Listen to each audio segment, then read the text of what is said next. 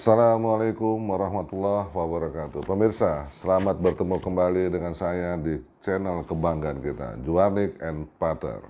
Semoga pemirsa selalu dalam keadaan sehat walafiat, dimudahkan segala urusannya, diangkat kesulitannya, dan dikabul segala keinginannya oleh Allah Subhanahu wa Ta'ala.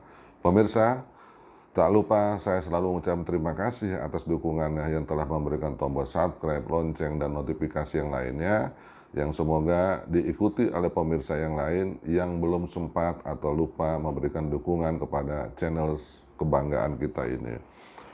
Pemirsa, dalam kesempatan ini kami mencoba berbagi dengan pemirsa yang kemungkinan sedang atau yang akan menghadapi gugatan perceraian dari suami atau istrinya yang tidak diinginkan oleh pemirsa. Artinya pemirsa tidak menginginkan adanya perceraian tersebut dan menginginkan rumah tangganya kembali utuh walaupun sudah ada gugatan ataupun terhadap adanya rencana gugatan atau permohonan cerai.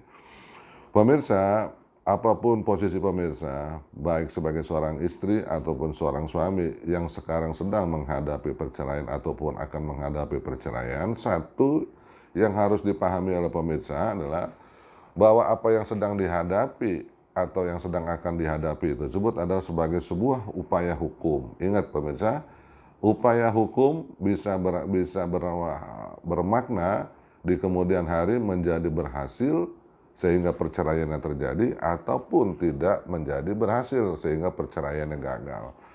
Dalam konteks ini yang akan kita sampaikan adalah upaya supaya perceraian itu gagal karena pemirsa punya keinginan ingin mempertahankan rumah tangganya. Oleh karena itu, semoga apa yang kami berikan ini bermanfaat bagi pemirsa. Pemirsa, jikalau menerima surat panggilan ataupun menghadapi rencana perceraian dari pasangan masing-masing, sikap yang harus pertama terdapat dalam diri pemirsa adalah harus tenang. Harus tenang karena semua Allah yang menentukan, apa yang dilakukan itu hanya sebagai upaya. Kembali lagi, upaya bisa berhasil dan bisa gagal. Sehingga jikalau pemirsa mendapatkan surat panggilan dari pengadilan agama untuk datang ke sidang pengadilan, itu artinya adalah bukan sebagai pemirsa itu sebagai orang yang bersalah, bukan sebagai orang yang melakukan kejahatan, tetapi pengadilan agama, hukum memberikan hak kepada pemirsa untuk menanggapi surat perceraian tersebut. Jadi artinya panggilan tersebut adalah memberikan hak kepada pemirsa untuk hadir di persidangan. Dan ini berkonsekuensi karena hak boleh digunakan, boleh tidak, sehingga kalau pemirsa tidak datang ke dalam persidangan setelah adanya panggilan 2 kali berturut-turut atau 3 kali berturut-turut, maka hukum menganggap pemirsa tidak menginginkan menggunakan haknya untuk menolak perceraian tersebut. Jadi konsekuensinya, panggilan persidangan harus hadir, karena kalau tidak hadir, hukum menganggap pemirsa tidak mau menggunakan haknya untuk menolak perceraian, sehingga akibatnya persidangan akan berjalan tanpa kehadiran pemirsa, dan yang kemungkinan maka gugatan perceraian tersebut akan dikabulkan oleh majelis hakim karena tiadanya bantahan dari pemirsa. Jadi ingat, tips yang pertama adalah tenang karena pemirsa bukan sebagai orang salah walaupun mendapat surat panggilan. Surat panggilan tadi tujuannya adalah mendudukan pemirsa yang punya hak untuk menanggapi adanya perceraian tersebut. Yang jikalau ini tidak digunakan, pemirsa berkonsekuensi dianggap oleh hukum tidak mau menggunakan haknya, maka kemungkinan besar perceraian tersebut akan dikabulkan. Jikalau sudah dikabulkan, karena pemirsa tidak pernah hadir di dalam persidangan walaupun telah mendapat panggilan yang berturut-turut, maka selanjutnya upaya hukum yang dilakukan, banding ataupun kasasi, kemungkinan akan bernasib yang sama karena awalnya adalah pemirsa tidak menggunakan hak. Karena pengadilan banding dan pengadilan kasasi itu hanya melihat kelengkapan hukum yang telah terjadi di pengadilan tingkat awal. Jadi tidak ada lagi pemeriksaan sidang seperti layaknya di persidangan tingkat pertama, hanya melihat apakah hukumnya yang dijalankan oleh pengadilan tingkat pertama tadi telah tepat atau belum. Dan dalam hal ini, jikalau tidak hadirnya pemirsa karena tidak mau menggunakan haknya, karena itu hak, maka bermakna panggilan tadi telah patut untuk dinyatakan si termohon atau tergugat cerai tadi tidak mau menggunakan haknya sehingga tidak ada hukum yang dilanggar.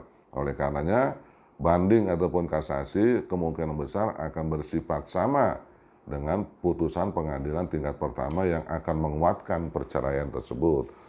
Yang kedua pemirsa, jikalau diputuskan pemirsa akan menghadiri persidangan, maka pada saat membaca surat cerai yang diajukan oleh suami atau istri, pemirsa jangan timbul rasa emosi, rasa kesal, rasa marah karena melihat isi surat gugatan cerai tadi atau surat permohonan cerai tadi.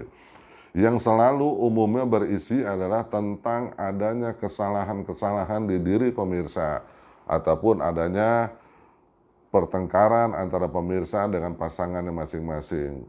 Pertama yang harus dilihat pemirsa, jikalau itu yang terjadi, itu adalah sebagai upaya dari si pihak yang akan melakukan perceraian tadi, memenuhi salah satu syarat cerai. Karena salah satu syarat cerai itu dari 5 syarat yang ditentukan oleh hukum, salah satunya adalah menentukan adanya pertengkaran terus-menerus yang sukar dipulihkan. Sehingga hukum akan mengabulkan perceraian tersebut kalau terbukti ternyata antara pemirsa dengan pasangannya ada pertengkaran terus-menerus yang sukar dipulihkan. Oleh karena itu, yang mengajukan perceraian tadi mencoba mendalilkan adanya pertengkaran walaupun pemirsa merasa tidak ada. Mencoba mendalilkan adanya kesalahan di diri pemirsa walaupun sebenarnya tidak ada. Oleh karena itu, pada saat pemirsa membaca surat permohonan cerai dalam bentuk gugatan atau permohonan tersebut, sikapnya biasa tenang saja, kita pahami bahwa isi di situ adalah dalam rangka memenuhi upaya hukum supaya terbukti kalau pemirsa menanggapinya pun dengan penuh emosi, dengan penuh amarah, maka makin mewujudkan, makin mengkonkretkan ternyata pertengkaran itu emang ada. Oleh karena itu, tips yang kedua supaya tidak terjadi perceraian adalah hilangkan kesan apa yang didalilkan oleh pemohon cerai tadi atau penggugat cerai tadi bahwa pertengkaran itu tidak ada. Maka untuk mewujudkan tadi, diwujudkan dalam diri pemirsa dalam bentuk yang ekspresi biasa saja membaca surat gugatan perceraian tadi. Kemudian persiapkan jawaban yang nanti dibutuhkan pada saat waktu jawaban di pengadilan agama nanti akan dilaksanakan. Jadi pahami dulu surat gugatan tadi pasti berisi adalah kesalahan-kesalahan diri pemirsa ataupun pertengkaran-pertengkaran yang berada di dalam rumah tangga. Jangan panik, jangan kaget, biasa saja. Ingat, jikalau panik atau kaget ataupun emosi, maka makin mengerucut bahwa apa yang disampaikan adanya pertengkaran tersebut terbukti.